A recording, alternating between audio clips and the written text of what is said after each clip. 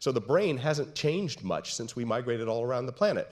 I want you to do this exercise with me to just sort of show you what we're working with up there. Take your left hand and put it on your head like a cap and make a mold of your head like I'm doing here. This is a great shot of them. Yeah. This is going into the yearbook for this. All right, so with the mold, watch what I'm doing. I'm going to mold my right hand inside it here. I want you to do the same. Make a mold of your right hand using this mold you made of your head. So now your right hand should be a reasonable facsimile of your hair, your scalp, your skull, your pia mater, your dura mater. And now if you get on the inside again, mold your left hand back inside it, you'll end up with something about the size of my hand here.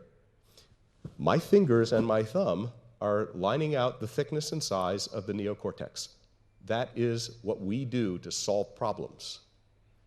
20%, this is 1% of your body mass.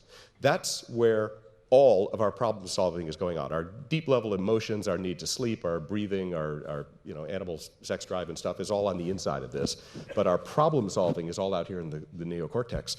20% of the oxygen and 20% of the glucose in your body. That means 1 out of every 5 kiwis that you eat, 1 out of every 5 of the Radford's software service jelly beans that you just ate is going into your brain, okay?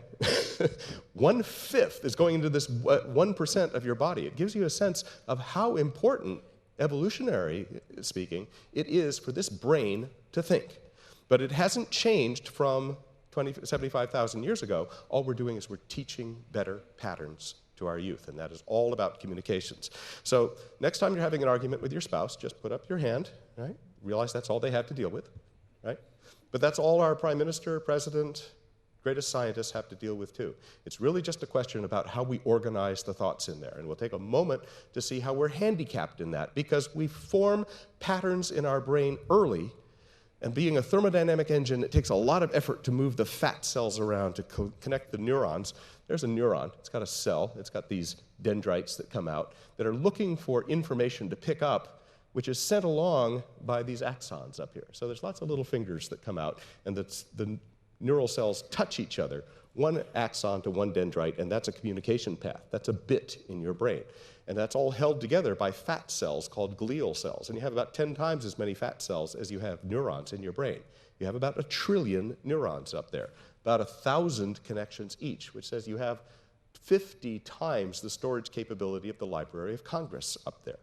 If you doubt that, watch television sometime and see just how quickly you recognize that you've seen some movie as it comes on.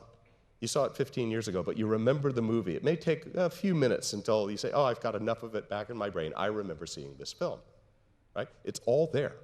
You instantly start humming along with any song that you've ever heard played. It's all in there, and it takes energy to put it in, and it's really hard, like any path you put through the wilderness, to get rid of it later. You don't ever lose a path you put in, and the more you go down these familiar patterns, the easier it is. So you spend less and less time problem solving from some stimulus to the answer you get. That's called a skill. And so as it becomes more instinctive and more instant, that's the skill. And the problem is that we've built up patterns and beliefs and structures in the way we deal with problems that we no longer find appropriate in a world that's changing really quickly.